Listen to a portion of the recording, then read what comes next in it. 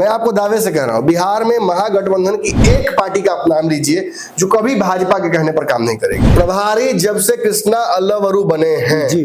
तब से पता नहीं क्यों कांग्रेस मुझे 2015 वाली कांग्रेस लगा। हाँ कि लालू जी तो नहीं अगर रहेंगे इस गठबंधन में तो फिर मेरा क्या होगा। तेजस्वी यादव मुख्यमंत्री नहीं बनेंगे तो हमसे जो वादा किए हैं कांग्रेस को घुटना पर लाने का उसका किस्त कैसे मिलेगा हमको। कोई लालू का मैंने वफादार कांग्रेस में केवल कांग्रेसी थी पहन के पट्टा पहन के खड़े हैं। नोरमा ग्रुप, जो सोचता है वो करता है, आपके अपने सपनों का आशियाना। नमस्कार, एक बार फिर से आपका बहुत बहुत स्वागत करते हैं। जब नमन जी के साथ बैठे हैं तो जरूर कोई बात होगी। बात विशेष यह है कि जांच पड़ताल में हम आज ऐसी खबर आपके सामने लेकर के आए हैं जो पिछले कई दिनों से लगातार आपके मन में उमड़ घुमड़ रहा हुआ है, क्योंकि जो बयान आ रहे हैं उन बयानों के साथ साथ कई सर्वे भी आए हैं। उन सभी पर अगर आप गौर से गंभीरता से देखें तो कहीं ना कहीं चौथी बैठक होने के बाद, जो चौथी बैठक हुई महागठबंधन की, उस बैठक में कांग्रेस ने रिएक्ट नहीं किया। बाहर निकली और निकल करके तुरंत उन्होंने फैसला कर लिया कि वो अलग से बैठक करेंगे। और वो बैठक हुई भी, जिस बैठक में बहुत सारी बातें, पुरानी नई बातों को जोड़ा गया, पुराने नए नेताओं के साथ बैठक की गई। और उसके बाद उस बैठक में क्या निकला कि अचानक से सभी मिलकर के पहुंच जाते हैं तेजस्वी यादव के पास। चौथी बैठक में तेजस्वी यादव का रूप, उनके बैठने के स्टाइल और उनके कार्यशैली सब कुछ बदली हुई थी। एज अ बॉस वो काम कर रहे थे। लेकिन इन सबके बावजूद जो बिहार में राजनीति बनी है उसमें साफ साफ ये नजर आ रहा है कि कांग्रेस किसी भी तरह से तेजस्वी यादव को अपना नेता मानने के लिए और मुख्यमंत्री का चेहरा मानने के लिए तैयार नहीं है। तो क्या कांग्रेस अपना मुख्यमंत्री बनाएगी और तेजस्वी यादव को फिर से उप मुख्यमंत्री के लिए संतोष करना पड़ेगा? इन सभी विषयों पर बात करने के लिए और जो हमारे पास नए नए सगुफे हैं, नए नए बयानों के आधार पर जो बातें निकल करके आई है, उन सब पर हम नमन जी से बात करेंगे। नमन जी, सबसे पहले तो जो चौथी बैठक हुई उस बैठक से कुछ निकल के नहीं आया और बैठक के भीतर काफी हंगामा हुआ, जो चर्चाएं चल रही हैं। वाम दलों में आपस में नहीं पड़ रहा था, तो वहीं अचानक से तेजस्वी यादव को मुख्यमंत्री बनाने की शर्त पर काम करने वाले जो मुकेश सहनी हैं उन्होंने सीटों की डिमांड कर दी। तो ये सारी चीजें निकल करके आई, लेकिन कांग्रेस जो रिएक्शन दी उसका कुछ अलग ही नजारा है। क्या लगता है कि मतलब उस बैठक में जो विवाद हो रहा था उससे ज्यादा मजेदार जानते हैं कहाँ विवाद है? कांग्रेस के भीतर खाने का विवाद जी। कांग्रेस की बैठक में हुआ विवाद, कांग्रेस की बैठक से छनकर निकला हुआ विवाद कि पूर्व प्रदेश अध्यक्ष, वर्तमान प्रदेश अध्यक्ष, सीएलपी लीडर, प्रभारी सभी में खटपट हो गई है। जबरदस्त विवाद हुआ है, सॉल्व नहीं हो पाया है। सीएलपी लीडर को तो तत्काल हटाने की मांग हो गई है जी। ये आखिर मामला यहां तक पहुंचा क्यों? आपको समझना पड़ेगा। लड़ाई तो इंडिया पाकिस्तान की हो रही थी जी। ईरान आज रात क्यों नहीं सोएगा? इजराइल, अमेरिका, जो डोनाल्ड ट्रंप इंडिया पाकिस्तान की लड़ाई को बीच में ही रोक देते हैं जी, बिना बात किए दोनों से जी जी कि आप इन लोगों का लड़ाई अब समाप्त हो गया है। अरे तो हम पूछिए तो कि हम लोग समाप्त करना चाहते हैं कि नहीं? इसलिए क्योंकि इससे बड़ा खेल हो रहा था जी जी जी। घर में अगर या अगल बगल बड़े बड़े दो लोग अगर मोहल्ले में लड़ रहे हो जी, तब बच्चा आपस में दो लड़ने लगे तो क्या करिएगा? हट अभी, हटो अभी, उधर फाइनल उधर विंडो। इंडिया पाकिस्तान को ऐसे ही हटा दिया गया। हटो तुम लोग क्या करेंगे? मेन लड़ाई वहां है, थर्ड वर्ल्ड वॉर जी। असली लड़ाई वहां हो रही है। इजराइल आज रात क्या करेगा, कहर बरपाने वाला है, वो तो आपको ट्रंप के मैसेज से भी समझ में आ रहा है बिल्कुल। और लग रहा है एज इफ पहले से ही ना, वैश्विक राजनीति का तो मैं बहुत बड़ा विश्लेषक नहीं हूं, लेकिन आप लोग के चलते वो भी अब समझने लगा हूं, सुनने लगा हूं और उसका विश्लेषण भी जल्दी जल्दी करूंगा। सारा मामला कहीं ना कहीं स्वेज कैनाल से जुड़ा हुआ है, लेकिन धीरे धीरे इस बारे में आपको समझ में आएगा। तब तक लड़ाई ऑलमोस्ट शुरू हो चुकी है जी। इस तरफ आने का मकसद क्या था? यहाँ पे वहां हो रहा है धमाका, वहां हो रही लड़ाई और इम्पैक्ट यहाँ पड़ रहा है। बिल्कुल, इंडिया तेल के स्टॉक्स बढ़ा रहा है अपने जी। क्योंकि ईरान इराक पर अगर बमबारी होती है, उस क्षेत्र में कुछ भी होता है, तो मिडिल ईस्ट पर हम 80% डिपेंडेंट है अपने क्रूड ऑयल के लिए। कोई दौर नहीं। अमेरिका तो अपना तेल के गैलन भरे हुए हैं, स्टॉक रखे हुए, हमारे पास नहीं है। और रही बात इजराइल की या रशिया की, तो उनके पास वैकल्पिक ऊर्जा के ईंधन के व्यवस्थाएं बहुत हैं, हमारे पास अभी नहीं। धीरे धीरे हमारा देश इलेक्ट्रिकल गाड़ियों के माध्यम से या सौर ऊर्जा के माध्यम से धीरे धीरे हो रहा है। सबसे के लिए बहुत दूर है अभी हम वहां से। बिल्कुल, ये भी समझाने का मकसद क्या है? लड़ाई तो इंडिया खेमे में जो कांग्रेस पार्टी है उसके अंदर हुई जी, इसका इम्पैक्ट पड़ेगा पूरी तरह से इंडिया गठबंधन पर, महागठबंधन पर। जी। क्यों लड़ाई हुई, क्यों होगी?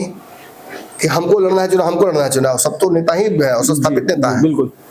लड़ाई इस बात की कि इतना पे मान जाओ, इतना पे मान जाओ, कोई तेजस्वी का हितैषी, कोई लालू का मैंने वफादार, कांग्रेस में केवल कांग्रेसी थी पहन के, पट्टा पहन के खड़े हैं, लेकिन अंदर से ईमानदारी लालू जी के लिए है। बिल्कुल बिल्कुल। कलेजा धक धक कर रहा है, दिल धक धक कर रहा है लालू जी के लिए। मेरा हाँ, कि लालू जी तो नहीं अगर रहेंगे इस गठबंधन में तो फिर मेरा क्या होगा? तेजस्वी यादव मुख्यमंत्री नहीं बनेंगे तो हमसे जो वादा किए हैं कांग्रेस को घुटना पर लाने का, उसका किस्त कैसे मिलेगा हमको?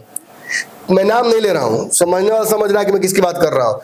प्रभारी जब से कृष्णा अल्लावरू बने हैं जी, जी। तब से पता नहीं क्यों कांग्रेस मुझे 2015 वाली कांग्रेस लगने बिल्कुल, इसमें कोई दौरा नहीं है। वो कांग्रेस जो अपने हिस्से का नेगोशिएशन खुद कर लेती है, वो कांग्रेस जो अपने हिस्से की लड़ाई खुद लड़ लेती है, उसे लालू नीतीश कुमार का कंधा नहीं चाहिए। गठबंधन है तो आप हमें मदद कर रहे हैं तो हम भी तो मदद कर रहे हैं। ये अलग बात है कि आप पनीर लेके आए हैं, लेकिन हम भी तो नमक लेके आए हैं जी।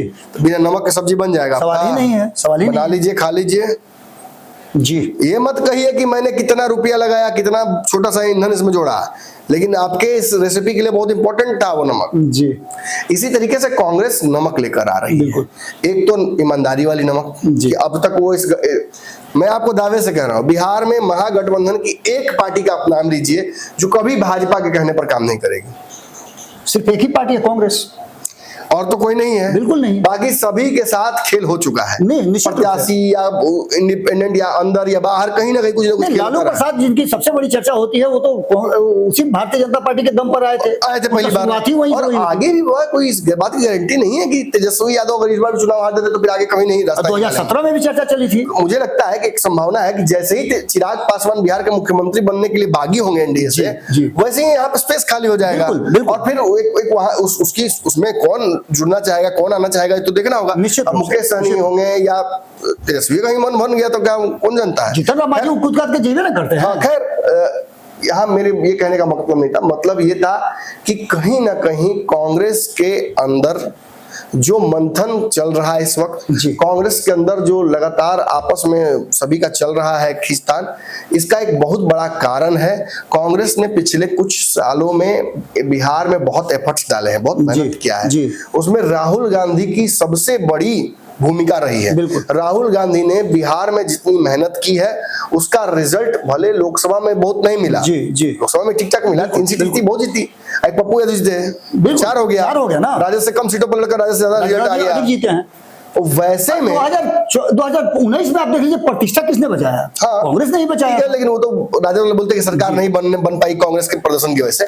लेकिन अब कांग्रेस को अगर राजद ये सोच कर चल रही है कि धकिया लेंगे, सीटें जितनी दे देंगे वो मान जाएंगे, ये संभव नहीं है।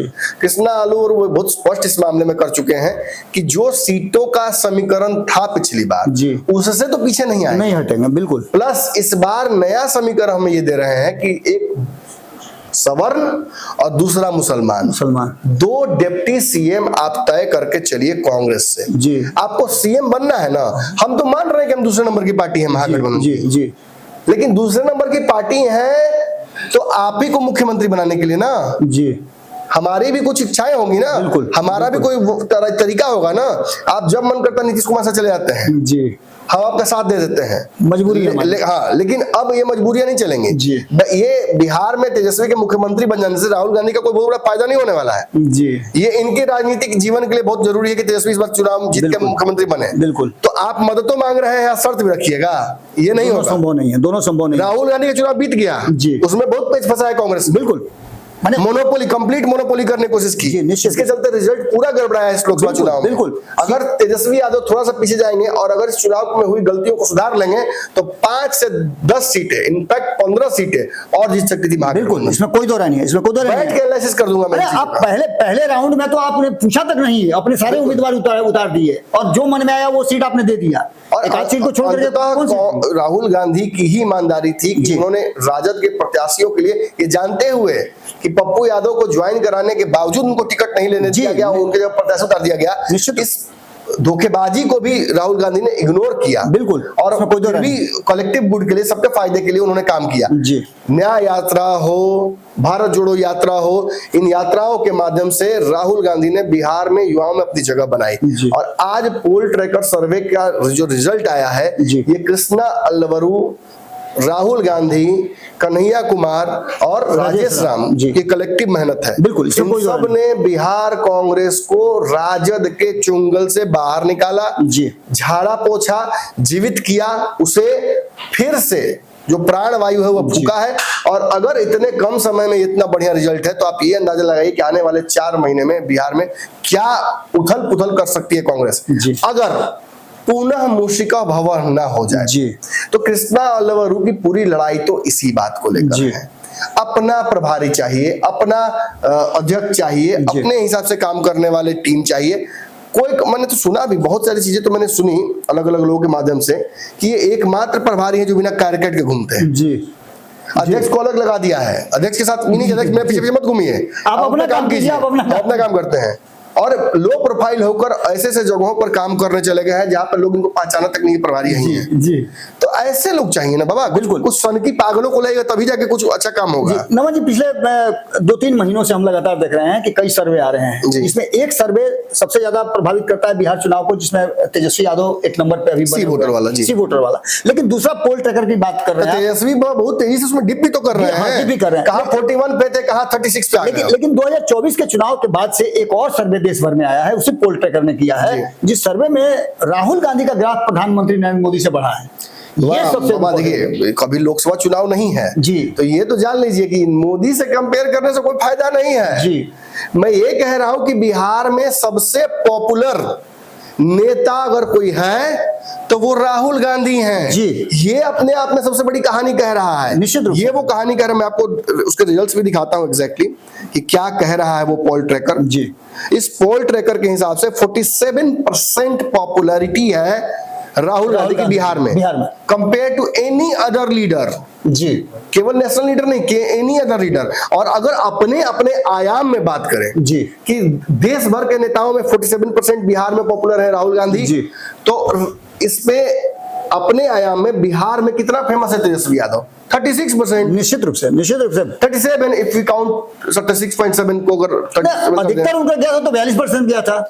हाँ, वो भी उस समय 47% से कितना कम है? बहुत कम है, 5% कम है। और 5% मतलब कांग्रेस का कैडर जीवित हो गया जी, निश्चित रूप से। कांग्रेस को, जबकि कांग्रेस को बहुत हरास हुआ है हाल के समय में, जन सुराज में बहुत लोग टूट के गए हैं। 20 को तो नाम मैं गिन दूंगा। नमन जी, विधान परिषद में मैं बैठा हुआ था, वहां पुराने कांग्रेसियों से मेरी बातचीत हुई जी। उनके चेहरे की जो खुशी थी, और हम मुझे देख करके 2-4 महीने 6 महीने पहले जो बातें हो रही थी, उसके बाद जब उनसे हमारी बात हुई तो उनके चेहरे का एक अलग तरह का रौनक था। मतलब आप ये मान के चलिए कि वो फिर से वो पुराने नेता, बुजुर्ग नेता, धोती पहनने वाले नेता, उनके धोती का क्रीज जो है ना और टाइट हो गया था। तो इसका मतलब आप समझिए कांग्रेस यही कांग्रेस। ये सच्चाई है बाबा कि कांग्रेस की धोती के अंदर खाकी चड्डी कितने लोग पहनकर कांग्रेस में रहे। बिल्कुल। कालांतर में ही छाटने में अध्यक्षों का बुखार छूटा रहता था। कौन धोती के अंदर पहने हुए है खाकी वाला चड्डी? आरएसएस वाला। अब तो आरएसएस कोटा भी हो गया शुरू। तो आरएसएस कोटा से कई लोग कांग्रेस में थे जी। अशोक चंद्र के मुंह से ऐसे ही नहीं निकला है, उनके जुबान पे भी था कि आरएसएस में उस वक्त भी कई लोग थे। मुझे याद है गुलाम नबी आजाद बिहार कांग्रेस सदाकत आश्रम के कार्यालय के बगीचे में घूम रहे थे। उस पत्रकार, 2 ही पत्रकार 3 पत्रकार होंगे, तो मैं वहीं खड़ा था और कुछ पुराने तथाकथित वही धोती वाले लोग आ गए और मुझे लगता है अशोक चौधरी का रजीम था और उस दौरान उनको घुसने नहीं दिया जाता, उनसे मिलने नहीं दिया जाता। तो जब जबरदस्ती लड़ झगड़ के वो लोग अंदर घुसे तो पीछे से कार्यकर्ताओं ने चिल्ला के कहा, सर एक एक का धोती उठा के देख लीजिए, अंदर खाकी चड्डी नहीं निकला तो जो बोलिएगा सो। आरएसएस वाला मुझे याद नहीं वाकया, बड़ा इंटरेस्टिंग है ये। और सच्चाई है कि मतलब अंदर में कई एजेंट्स हैं, कुछ ललटेन छाप है और कुछ चड्डीधारी हैं, ये कंफर्म है जी। लेकिन बहुत कुछ बदला है नमन जी। बिल्कुल, इधर रिसेंट में बहुत बदला है। 4-5 महीने मैं आपको बताता हूँ कि बिहार निवास में मैं था जी। बिहार निवास में कांग्रेस के बहुत बड़े नेता से मुझे मुलाकात हुई। चलते हुए मैं नीचे उतर रहा था और वो भी बगल वाली रूम में रह रहे थे। तो नीचे उतरते समय मेरी मुलाकात हो गई, तो लिफ्ट किसी कारण से नहीं खुला। 2-3 बार हमने ट्राई किया, हम दोनों साथ में करते, हम दोनों से जानते थे, बात नहीं कर रहे थे। तो मैंने कहा कि चलिए सीढ़ी से ही चलते हैं। तो उतरते हुए सीढ़ी से हम लोग नीचे उतरने लगे। 3 फ्लोर पे थे, तीसरे फ्लोर पे मैं था, तो समय तो लगता। इस बीच कुछ तो बोलिएगा ना सामने वाले को। तो मैंने कहा कि सब ठीक ना? उन्होंने कहा अब तक इतना ठीक नहीं था जो अब है। बहुत बड़ी बात। वो जानते हैं कि मैं भी कमी भाषा में बात करता हूँ, वो भी कमी भाषा में। उन्होंने जवाब दिया। फिर मैंने पूछा कि आपके जो प्रभारी हैं वो तो काम अच्छा कर रहे हैं जी। तो बोले ऐसा काम आज तक नहीं हुआ था जी। अब इतना काफी है समझने के लिए कि मतलब मैं किसी की बड़ाई नहीं कर रहा हूँ। सच है कि कांग्रेस जो फैक्ट है सो फैक्ट है ना एक बड़ी लिस्ट थी, सीपी जोशी से लेकर मुझे लगता है कि एक तो जिनका भोजपुरी में आप इंटरव्यू लिया था आपने, शक्ति सिंह गोहिल थे, फिर और भी थे, बीच में एक और आए थे मूछ वाले, फिर एक आए थे भक्तचरण दास जी आए थे। तो ऐसे प्रभारियों की तो लंबी लिस्ट रही है। जी, जी। जो लालू यादव के आप आते थे कांग्रेस के प्रभारी बनने के लिए, शपथ यहाँ लेना है, लेकिन जाते थे आशीर्वाद लेने लालू जी की। हाँ, ये तो गया भी नहीं अगला। जो परिस्थितियां नमन जी देख करके ऐसा लगता है कि 2015 में जो कांग्रेस थी, जिस समय सबसे उफान पर कांग्रेस थी, 15 से भी ऊपर जाना पड़ेगा। 15 में तो हाँ, इस बार ये नजर आ रहा है कि जैसे गुलजार रहता था सदाकत आश्रम, वैसे गुलजार आजकल रहने लगा है। आप देखिएगा कि पत्रकार वहां पहुंचते हैं, इंटरव्यूज होता है, मीटिंग्स होती है, लगता है कि हाँ सदाकत आश्रम एक ऐसा जगह है जहां से राजनीति का बीजारोपण हुआ था और यहीं से शुरुआत हुई। अध्यक्ष और प्रभारी की जोड़ी अच्छी चल रही है। मुझे लगता है कि इसका असर हो रहा है, और कई कॉमन कांग्रेसी से मेरी बातचीत होती है तो वो यही कहते हैं कि ये जोड़ी हमें भी अच्छी लग रही है, सुन रहे हैं बात, कम से कम वी फील हर्ड, ऐसा नहीं कि वो सुन ही नहीं रहा हो। तो इसका एक फायदा तो हो रहा है। रही बात सर्वे की, तो सर्वे जब राहुल गांधी को बिहार में सबसे बड़ा चेहरा बता रहा है तो ये तो तय है, मोदी जी के नाम पर चुनाव लड़ रही है भाजपा, लोजपा, हम, आरएलएम, तो आपको भी लड़ना पड़ेगा राहुल गांधी के नाम पर। निश्चित रूप से। तो जब ताली कप्तान को तो गाली भी कप्तान को। जब राहुल गांधी के चेहरे पर चुनाव लड़ना है और राहुल गांधी के चुनाव पर चेहरे पर चुनाव जीतना है, और सर्वे बता रहा है कि बिहार में यदि राहुल गांधी के चेहरे पर चुनाव लड़ती है महागठबंधन, तो एनडीए को 108 से 115 सीटें ही आएंगी, जो कि सरकार बनने के लिए काफी नहीं है। जी। इंडिया को 121 से 131 माने सीटें आएंगी, जो कि सरकार बनने के लिए बहुत है। और 44% वोट शेयर इनके पक्ष में आएगा, सर्वे बता रहा जी। तो बचता क्या है? ये तो चीख के कह रहा है कि अभी अगर इस वक्त चुनाव होता है इस सर्वे के हिसाब से, तो राहुल गांधी को पूरे बिहार घुमा दीजिए, पूरे बिहार घुमा दीजिए, 2-2, 3-3 कार्यक्रम लगा दीजिए कि विधानसभा में, अगर संभव हो तो इतना घुमाइए कि शरीर के पानी खत्म हो जाए उनका गर्मी में। और देखिए इस वक्त सरकार बन जाती है। लेकिन मैंने कहा कि जब गाली कप्तान को तो ताली भी कप्तान को। अगर 2020 में तेजस्वी यादव को मुख्यमंत्री बनने से कांग्रेस ने रोक दिया, तो 2025 में मुख्यमंत्री जब बनने की बारी आएगी, तो जो ज्यादा मेहनत किया है, जो ज्यादा सीट लगाएगा, जो ज्यादा पॉपुलर होगा, वो ज्यादा बड़ा हिस्सा लेगा। निश्चित रूप से। क्या कांग्रेस तेजस्वी यादव को तब भी, जब उसका प्रदर्शन बेहतर होगा, जब उसका रिजल्ट अच्छा है, वो मुख्यमंत्री बनाएगी? बड़ा सवाल तो यही है। निश्चित रूप से सवाल बड़ा होना भी चाहिए। तेजस्वी के चेहरे पर इसीलिए ना तो प्रभारी ना कोई, और एक बात तो मैं बताना भूल गया दर्शकों, अब असली बात बाबा जी। एनडीए के एक बहुत बड़े सहयोगी, बड़े नेता जी, मेरी उनसे बात हुई। देखिए आप सोचिए कि हम तो एक आदमी से बतियाए हैं जी, एक दो जगह तो फोटो नहीं हो पाया जी। आप जानते हैं मैं जानता हूँ।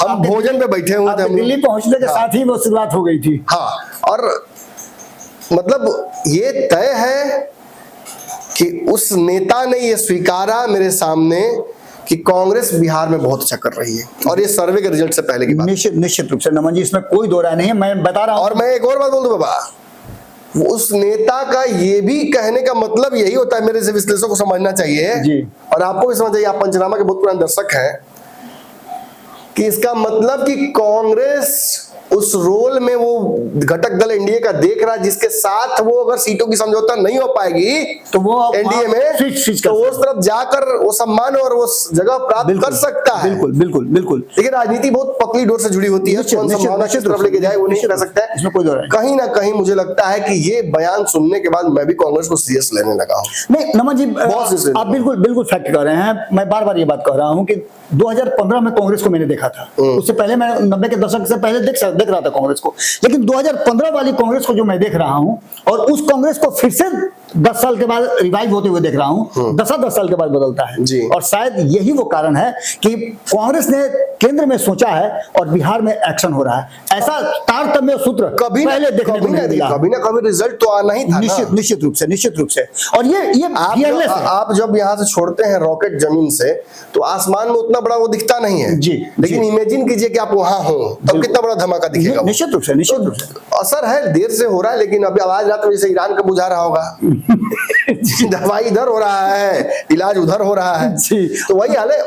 सवाल अंततः घूम फिर के मेरा वही है, यहाँ दो संभावनाएं हैं दर्शकों।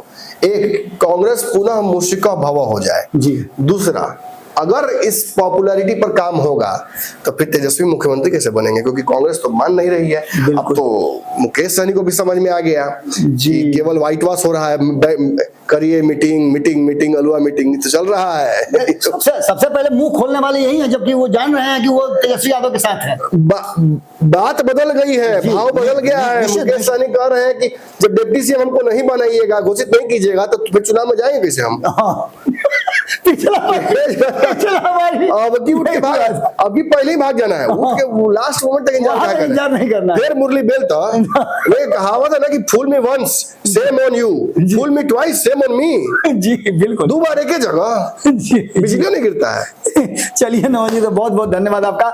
बहुत सारी मजेदार बातें आपको सुनने को मिली और वास्तव में इस मजे में रियल जो पॉलिटिक्स होता है वो आपको देखने को, समझने को, सुनने को मिली होगी। कांग्रेस एक बार फिर से रिवाइव कर रही है और ये लोकतांत्रिक प्रक्रिया के लिए अच्छा है, क्योंकि मजबूत विपक्ष लोकतंत्र की आत्मा होती है। और अगर कांग्रेस रिवाइव कर रही है तो कांग्रेस से लड़ाई और दूसरा कोई नहीं लड़ेगा, कांग्रेस ही लड़ेगी। और कांग्रेस की लड़ाई में भारतीय जनता पार्टी का जो स्पीड बढ़ रहा है, उस अश्वमेध के घोड़ा को रोकने के लिए कांग्रेस के अलावा दूर दूर तक कोई नजर नहीं आ रहा है, क्योंकि रोकना सिर्फ बिहार में नहीं है, वहां भी रोकना है और वहां के लिए यहाँ मजबूत होना जरूरी है। बहुत बहुत धन्यवाद, नमस्कार। वीडियो पसंद आई और वह बिहार के राजनीति और बिहारियत से सरोकार रखेनी तो सब्सक्राइब बटन दबा के चैनल के सब्सक्राइब कर ली। ओजे एगो घंटी बा, ओकरा बटन दबा देला से कुल सटीक और मारक खबर रुआ मुफ्त में मिल जाई।